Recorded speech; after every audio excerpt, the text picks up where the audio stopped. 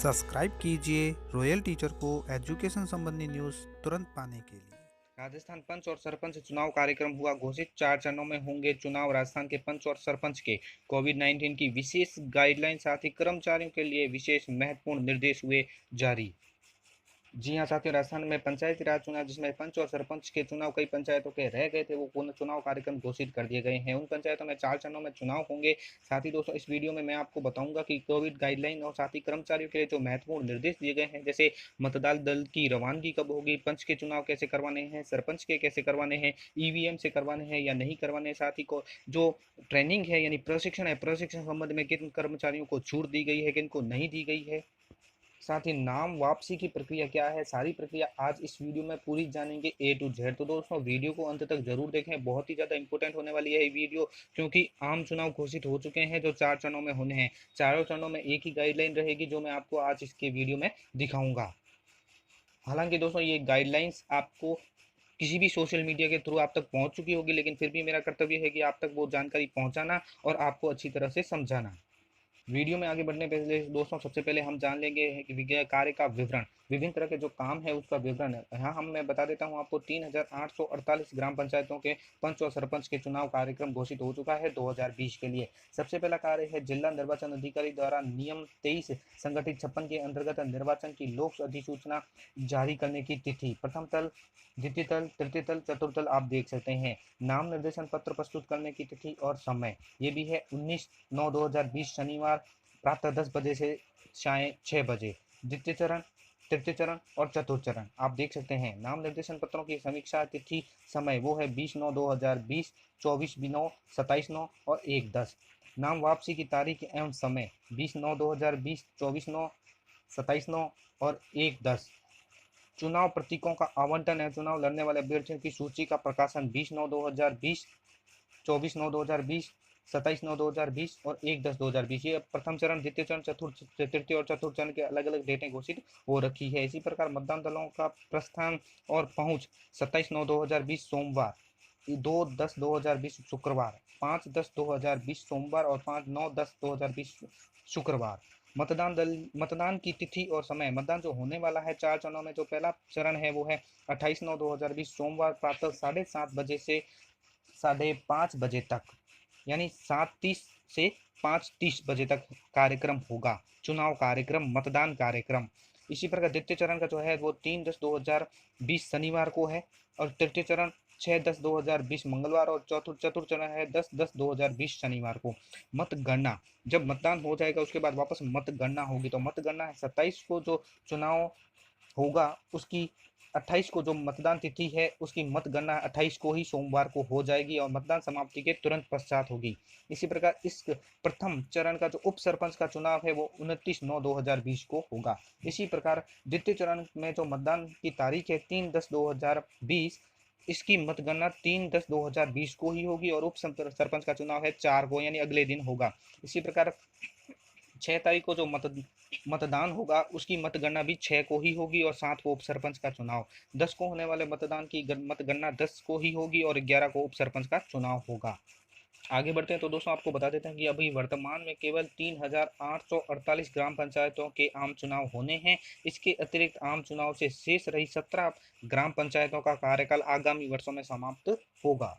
यहाँ most important एक बात और कही गई है कि कोविड-19 महामारी को दृष्टिगत रखते हुए आयोग द्वारा मतदान दल में मतदाताओं की संख्याओं को 1100 के स्थान पर 900 रखा गया है, यानी 200 की संख्या कम कर दी गई है कोविड-19 को दृष्टिगत रखते हुए। तदनुसार मतदान केंद्र की संख्या बढ़ा दी गई है और साथ ही मतदान के समय 1 घंटा में वृद्धि करते हुए मतदान का समय है वो 7:30 से सायकाल 5:30 बजे तक रखा गया है, जिसे मतदाता सोशल डिस्टेंसिंग की पालना करते हुए मतदान कर सके।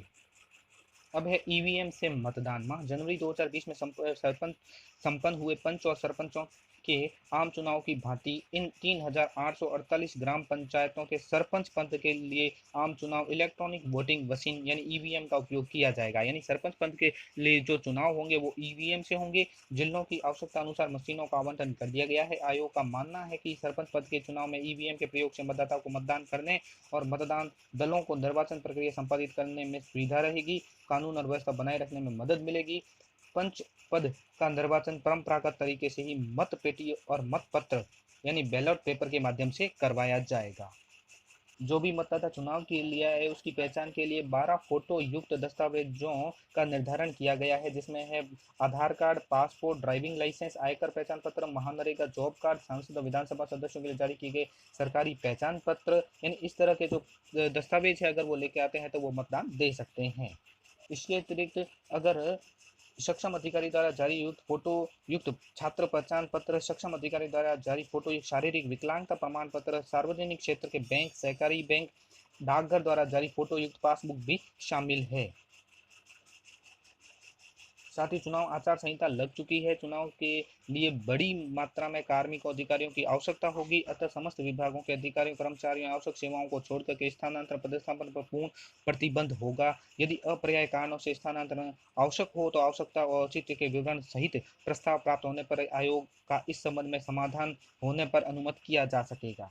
अब बात कर लेते हैं दोस्तों पंचायती राज संस्थाओं के सरपंच, उप सरपंच और वार्ड पंच की निर्वाचन प्रक्रिया के दौरान कोविड-19 संक्रमण हेतु बचाव की जो गाइडलाइन जारी की गई है उसके बारे में।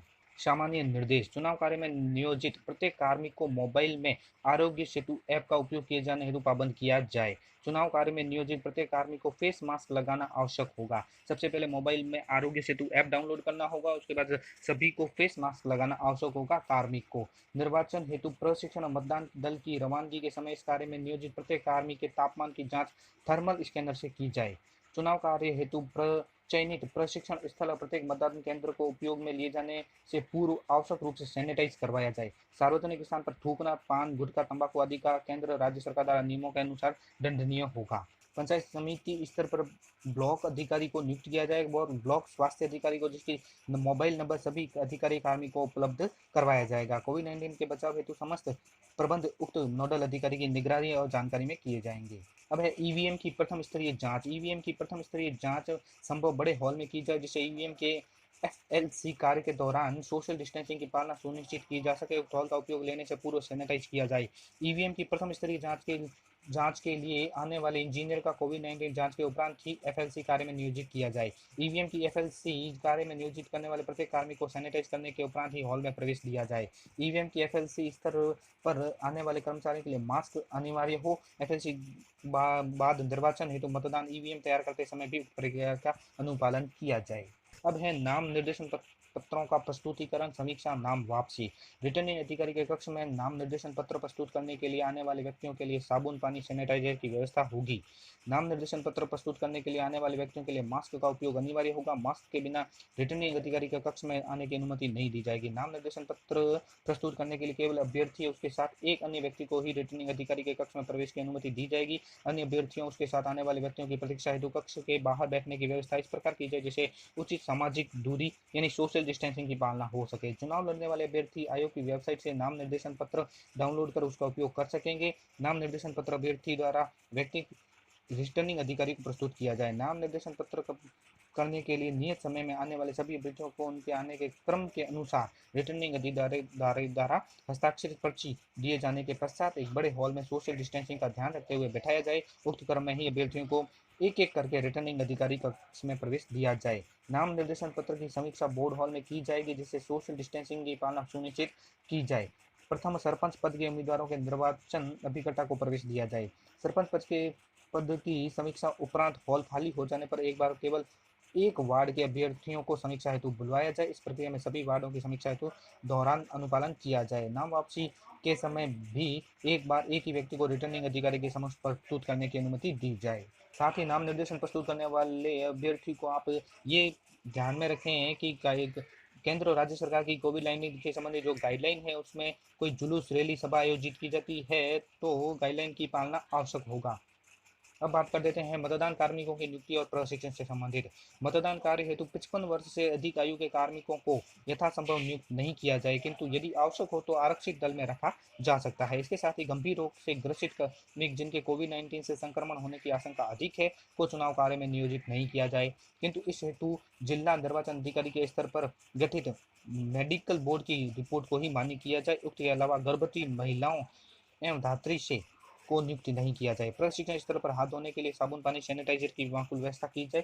प्रशिक्षण से संबंधित सम्मिलित होने वाले प्रत्येक व्यक्ति के लिए मास्क का उपयोग अनिवार्य होगा। मतदान कार्मिकों के प्रशिक्षण स्थल की क्षमता को दृष्टिगत रखते हुए प्रशिक्षणार्थियों को चरणवार बुलाया जाए, जिससे सोशल डिस्टेंसिंग की पालना हो सके। प्रशिक्षण में उपयोग में आने वाली सामग्री को सैनिटाइज उपयोग में लिया जाए। मतदान दलों की रवानगी पंचायत समिति मुख्यालय अथवा उपखंड अधिकारी मुख्यालय जो भी सुविधाजनक हो वहां से की जाए। मतदान दलों की रवानगी के दौरान रवानगी स्थल की क्षमता को दृष्टिगत रखते हुए मतदान दलों को अलग अलग क्षेत्रों में बुलाया जाए, तदनुसार मतदान दलों को रवाना किया जाए।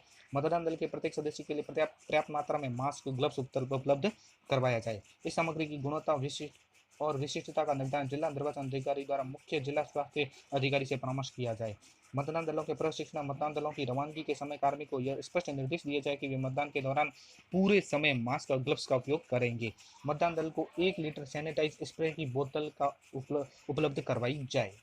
साथ ही दोस्तों मतदान दल की रवानगी से पूर्व प्रत्येक कार्मिक वाहन चालक की मेडिकल टीम द्वारा थर्मल स्कैनिंग की जाए। मतदान दलों को उनके गंतव्य केंद्र के लिए रवाना करने के लिए पूर्व मतदान पश्चात उनकी वापसी से पूर्व में लिए जा रहे वाहन की समूचे सैनिटाइज की जाए। चुनाव लड़ने वाले अभ्यर्थियों का चुनाव प्रचार। अभ्यर्थियों द्वारा चुनाव अनुमत तरीके से चुनाव प्रचार के दौरान केंद्र राज्य सरकार द्वारा जो कोविड-19 की गाइडलाइन जारी की है उसकी पालना करनी आवश्यक होगी। अभ्यर्थियों द्वारा घर घर चुनाव प्रचार के समय 5 व्यक्तियों से अधिक समूह नहीं होना चाहिए। मतदान दिवस के दिन मास्क का उपयोग अनिवार्य होगा प्रत्येक व्यक्ति के लिए जो भी मतदान केंद्र में मतदान देने के लिए आता है, और केवल मतदाता की पहचान पर संदेह होने पर ही मास्क हटाया जा सकता है। मतदान दिवस पर मतदान के लिए आने वाले प्रत्येक मतदाता को बूथ में प्रवेश से पहले सैनिटाइज करने की मतदान के लिए कक्ष के में प्रवेश दिया जाए। सैनिटाइज करने का कार्य मतदान दल में नियुक्त किसी एक पुलिसकर्मी, होमगार्ड, सिविल डिफेंस, एनसीसी द्वारा संपन्न किया जाएगा। इसके साथ ही मतदान के लिए गाइडलाइन में लगे मतदाताओं को सोशल डिस्टेंसिंग की पालना सुनिश्चित की जाएगी। मतदान केंद्र पर मतदाताओं के लिए मतदान करने हेतु यथासंभव 3 पंक्तियों में पुरुष, महिला, दिव्यांग, वरिष्ठ नागरिकों के अलग अलग होगी। प्रत्येक पंक्ति में मतदाता के लिए 6 फीट यानी 2 गज की दूरी खड़े रहने हेतु पूर्व में ही गोले निर्धारित किए जाएंगे, जहां प्रत्येक मतदाता मतदान हेतु अपनी बारी की प्रतीक्षा करेंगे। गोलों की संख्या से अधिक मतदाता को मतदान भवन से बाहर रखा जाएगा। संक्रमण के बचाव के लिए मतदान बूथ पर चुनाव लड़ने वाले अभ्यर्थियों के पोलिंग एजेंट अथवा मतदान कर्मियों के बैठने की व्यवस्था है वो सोशल डिस्टेंसिंग का ध्यान में रखते हुए की जाएगी, परंतु प्रत्येक मतदान कक्ष में ऐसी संरचना ऐसी है जिससे अभ्यर्थियों को सोशल डिस्टेंसिंग के अंदर बैठाने में सामाजिक दूरी का पालना संभव नहीं है तो उन्हें कक्ष के बाहर बिठाया जाएगा। कक्ष के अंदर की कार्रवाई उनके द्वारा देखी जा सके और आवश्यकता पड़ने पर पीठासीन अधिकारी से बात की जा सके। मतदान केंद्र पर मतदान दल और मतदाताओं द्वारा भारत सरकार द्वारा या राज्य सरकार द्वारा कोविड-19 की रोकथाम हेतु जारी दिशा निर्देशों की पालना की जाए। मतदान के दौरान मतदान दल में नियुक्त किसी भी कार्मिक को कोविड-19 के लक्षण अगर पाए जाते हैं तो इस कार्मिक को तुरंत प्रभाव से अन्य कार्मिकों को अलग कर दिया जाए। नोडल अधिकारी द्वारा ऐसे कार्मिक का कोविड परीक्षण करवाया जाए। परीक्षण के दौरान सूचना संबंधित जिला निर्वाचन अधिकारी को दे दी जाए। अभ्यर्थियों द्वारा मतदान केंद्र के बाहर बनाए जाने वाले बूथ पर सैनिटाइज की व्यवस्था रखनी होगी। मतदाताओं की सहायता के लिए संलग्न व्यक्तियों द्वारा पूरे समय मास्क का उपयोग किया जाएगा। ऐसे बूथ पर आवश्यक भीड़ न हो इसके लिए एक बार केवल एक मतदाता ही खड़ा हो सकेगा। कोविड-19 के संबंध में राज्य सरकार द्वारा गाइडलाइन की पालना की जाएगी। इन बूथों पर किसी भी तरह की प्रचार सामग्री नहीं रखी जाएगी। अब है मतगणना स्थल पर रिटर्निंग अधिकारी मतदान दल के सदस्य प्रवेश के लिए अनुमत व्यक्तियों को फेस मास्क लगाना अनिवार्य होगा। मतगणना कार्य हेतु यथासंभव बड़े हॉल स्थान का चयन किया जाए जिससे मतदान कार्य में नियोजित कार्मिकों अभ्यर्थियों की मतगणना अभिकर्ताओं के मध्य दूरी रह सके। पहले सरपंच पद की मतगणना की जाएगी, उसके पश्चात अभ्यर्थी एजेंटों को बाहर भेजा जाएगा, तत्पश्चात केवल एक वार्ड के अभ्यर्थियों को मतगणना हॉल में प्रवेश दिया जाएगा। इस प्रक्रिया का सभी वार्डों की मतगणना के दौरान अनुपालना की जाए। चुनाव लड़ने वाले अभ्यर्थियों को मतगणना एजेंटों के बैठने की व्यवस्था इस तरह की जाए कि कंट्रोल यूनिट पर प्रदर्शित हो सके परिणामों को देखने में भी सुविधा हो। अब बात कर देते हैं उप सरपंच के चुनाव के। उप सरपंच का चुनाव है वो मीटिंग हॉल में बड़े कक्ष में चयन कर वार्ड पंचों की संख्या को दृष्टिगत रखते हुए किया जाएगा ताकि रिटर्निंग अधिकारी मतदान दल के सदस्य सरपंच पंच के मध्य सोशल डिस्टेंसिंग की पालना की जा सके। उप सरपंच के निर्वाचन में बैठक में भाग लेने वाले सभी व्यक्तियों के लिए मास्क लगाना अनिवार्य होगा। उप सरपंच के निर्वाचन में बैठक में भाग लेने वाले सभी व्यक्तियों को सैनिटाइज करने की पश्चात ही कक्ष हॉल में प्रवेश दिया जाएगा। बैठक में उपयोग लेने वाली सामग्री को सैनिटाइज किया जाएगा। ईवीएम और मतदान सामग्री का संग्रहण। मतदान सामग्री संग्रहण स्थल पर साबुन, पानी और सैनिटाइजर की माकूल व्यवस्था की जाए। मतदान के पश्चात ईवीएम व अन्य मतदान सामग्री के संग्रहण कार्य में भी सोशल डिस्टेंसिंग की पालना सुनिश्चित की जाए। इसे तो नियुक्त कार्मिकों द्वारा आवश्यक रूप से मास्क का उपयोग किया जाए। मतदान सामग्री जमा कराने तो प्रत्येक काउंटर पर कार्मिकों के कतार में खड़े होने के लिए 6 फीट यानी 2 गज की दूरी पर गोले बनाए जाए। इस दौरान यदि आवश्यकता पड़े तो अतिरिक्त पुलिस कर्मियों को नियुक्त किया जाए ताकि वे मतदान सामग्री को जमा करने वाले कार्मिकों को सोशल डिस्टेंसिंग की पालना में कतार में बनाए रखे। तो साथियों, पंच सरपंच आम चुनाव पंचायतों के चुनाव में जो महत्वपूर्ण निर्देश थे कर्मचारियों से संबंधित थे या जो सोशल डिस्टेंसिंग से संबंधित है, कोविड-19 से संबंधित थे, उन सभी की मैंने आपको आज का जानकारी दी। धन्यवाद साथियों। वीडियो को जरूर लाइक शेयर और सब्सक्राइब कीजिए। पास में आने वाले घंटी के बटन को जरूर दबाएं एजुकेशन संबंधी न्यूज़ तुरंत पाने के लिए।